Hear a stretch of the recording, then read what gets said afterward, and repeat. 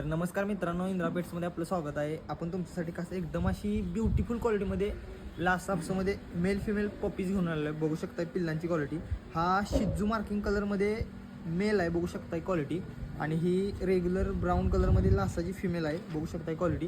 पिल्लांचं deworming हे पूर्णपणे done आहे. तसेच पपीज एकदम हेल्दी आणि ॲक्टिव्ह आहेत.